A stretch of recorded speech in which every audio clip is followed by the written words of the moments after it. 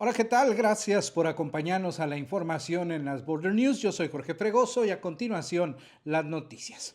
Mire, la fiscal general de los Estados Unidos, Pam Bondi, ha sido contundente acerca del futuro de Ismael El Mayo Zambada, tras haberse declarado culpable este lunes de los crímenes de conspiración y la conducción de una empresa de delincuencia organizada para importar y distribuir drogas en Estados Unidos. La fiscal ha dicho que se trata de una victoria histórica para su país.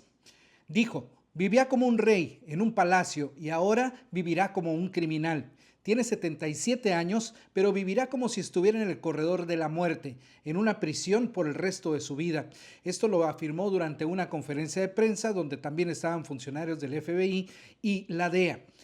Dijo que Zambada operaba con impunidad en los más altos niveles del mundo del narco mexicano y que su culpabilidad acerca a la finalización del tráfico de drogas y de las organizaciones criminales que han afectado a Estados Unidos con homicidios. Pues bueno, ahí está la reacción del gobierno de los Estados Unidos, mientras que el abogado del Mayo Zambada ha dicho que no se ha llegado a ningún acuerdo con el gobierno de aquel país. Lo que sí es una realidad es que hablan de un debilitamiento del cártel de Sinaloa una vez que sus dos principales líderes están presos en los Estados Unidos.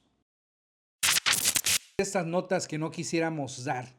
Al menos 20 personas, entre ellas 5 periodistas, que trabajaban para medios internacionales, murieron este lunes en un ataque israelí contra un hospital en Nasser, en el sur de la Franja de Gaza, informó el Ministerio de Salud.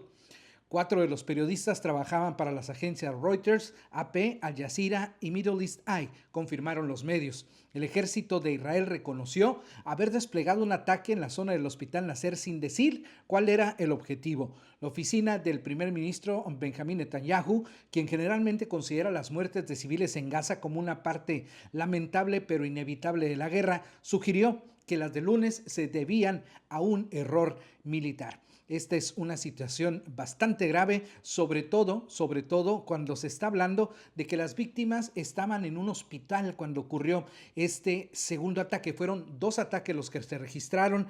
En un primer ataque reaccionaron los periodistas y otras personas y fue un segundo ataque el que provocó la muerte de por lo menos 20 personas, incluyendo a estos compañeros reporteros. Durante al menos una década en Venezuela han circulado rumores de que Estados Unidos va a intervenir con tropas para derrocar a Nicolás Maduro, el autócrata del país. Los soldados nunca han llegado y los esfuerzos respaldados por Washington para sustituirlo han fracasado. Por eso, cuando el gobierno de Donald Trump inició un importante despliegue de fuerzas navales estadounidenses cerca de la nación sudamericana esta semana, los venezolanos respondieron con un poco de miedo y ansiedad, pero sobre todo con un merecido escepticismo. Esa es la realidad de las cosas. Nadie le cree al presidente Trump con este tipo de presiones que está generando. Únicamente se está gastando, los millones de dólares en este despliegue para, pues ahora sí, hasta podríamos calificarlo como el bully mayor que está tratando de alguna forma de amedrentar al que se deje. Ya sabe que pues en México no pasa nada, pero al menos 85 comunidades indígenas mixtecas del municipio de Ayutla de los Libres, ubicado en la Costa Chica de Guerrero, se levantaron en armas para exigir justicia por el asesinato de 3 integrantes de la Unión de Pueblos y Organizaciones del Estado de Guerrero, que fueron emboscados el pasado 17 de agosto en el poblado del Cortijo. Estos contingentes recorren las poblaciones. Incluso realizaron operativos de búsqueda en las comunidades de Lagunillas, El Refugio y Colotepec para ubicar a los presuntos autores de la masacre, a quienes acusan de pertenecer al grupo delincuencial de Los Ardillos.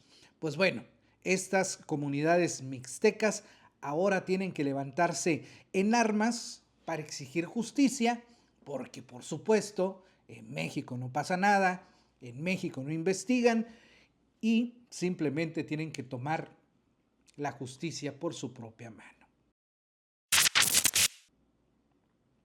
En otras cosas, al menos 400 médicos generales y de otras especialidades ejercen como supuestos cirujanos plásticos en Tamaulipas, sin contar con cédula profesional, han alertado representantes del Colegio de Cirujanos Plásticos de ese estado. De acuerdo con los fundadores de ese colegio, solo hay 43 cirujanos plásticos certificados afiliados a la asociación que lo rige con formación y trayectoria comprobada. El resto realizan procedimientos sin la capacitación ni los permisos oficiales, lo que ha provocado tragedias médicas en diversas ciudades del estado, principalmente en la frontera. Y bueno, no nos vayamos tan lejos. Aquí en Tijuana han ocurrido varios casos de personas que han perdido la vida con a manos de médicos que no están capacitados, tampoco están capacitados para ejercer este tipo de medicina y bueno, han perdido la vida en estos procedimientos estéticos. La presidenta de México, Claudia Sheinbaum, anunció la probable visita al país del secretario de Estado estadounidense Marco Rubio en la primera semana de septiembre, mientras que esta semana se reunirá con ministros y empresarios brasileños. Durante su conferencia matutina, la mandataria puntualizó que es probable que Marco Rubio visite el país durante la primera semana de septiembre, reunión en donde se firmaría el acuerdo de seguridad bilateral que está pendiente. ¿A qué le suena esta firma del acuerdo de seguridad binacional, bilateral?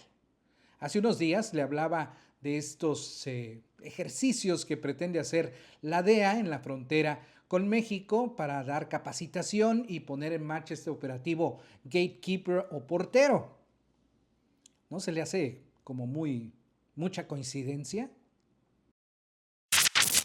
En información local, este tema ha causado bastante revuelo y es que un empresario ensenadense anunció el cierre de su negocio ante el cobro de piso del crimen organizado. El anuncio lo hizo Moisés Muñiz en sus redes sociales y es propietario del restaurante El Compamoy, quien dio servicio durante casi 4 años. Advirtió que el gobierno no les quiere ayudar, las autoridades correspondientes tampoco. Estos grupos mencionan que ya tienen comprado tanto al gobierno federal, estatal y por ende a los municipios, dijo. Convocó a otros empresarios y comerciantes a no ceder a esas reglas. Somos muchos y podemos hacer un gran cambio, pero no quieren, lo lamentó este empresario ensenadense. También comentaba que prefiere cerrar su negocio a ser víctima de algún sicario que vaya a asesinarlos por vender comida. Y es el caso en todo el país, en todo el estado, en Tijuana, en Mexicali, en Rosarito, en Ensenada, en Tijuana, en todas partes está ocurriendo. Son muchísimos los casos que se han estado evidenciando. No se denuncian porque no confían en las autoridades y también porque le tienen miedo, obviamente, a los delincuentes, pero también en muchos de estos casos hemos visto que son, como dije a mi mamá, unos pelagatos los que están nada más haciéndose pasar por delincuentes, haciéndose pasar por integrantes de los cárteles y andan amedrentando a la gente. Pero desgraciadamente ya ha habido tragedias.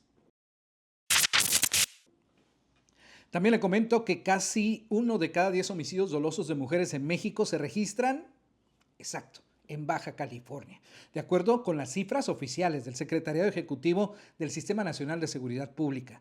Los números dados a conocer muestran que a nivel nacional van contabilizados 1,276 asesinatos de mujeres, de los cuales 117 se han reportado en Baja California. En relación a estos feminicidios, son 16 hasta julio pasado, lo que coloca como en el 11º puesto a nivel nacional que encabeza el Estado de México. De los 8 feminicidios, Tijuana se ocupa uno de los primeros lugares en el registro a nivel nacional. Y son casos que se siguen presentando prácticamente todos los días, donde desgraciadamente mujeres son víctimas simplemente por ser mujeres. Otra de la cuatrotiza, otra de la moreniza. Tras la aplicación de 1,051 pruebas antidoping a elementos de la Policía Municipal de Tijuana, 22 resultaron positivos a algún tipo de sustancia. Los policías fueron mandados a una prueba de confirmación en un laboratorio y los resultados se darán a conocer en los próximos días. Marihuana, cocaína y metanfetaminas fueron las sustancias detectadas en los exámenes toxicológicos. Se explicó que en caso de que den positivo en la segunda prueba, los elementos serán suspendidos de manera definitiva y por el momento se encuentran separados de su cargo de forma temporal. Así que los que nos cuidan, pues andaban hasta las manitas, por lo menos 22 de ellos, quién sabe cuántos más habrán pasado de panzazo este examen, pero es frecuente que ocurran estos exámenes antidoping. Yo creo que también deberían de hacérselo otros funcionarios que están al frente del gobierno, porque salen con cada cosa que parece que darían positivo. Hasta aquí la información en las Border News. Lo invito a que visite nuestras redes sociales y por supuesto nuestra página de internet con las buenas noticias, lasbordernews.com.mx, y también lo invito a visitar YouTube y Spotify.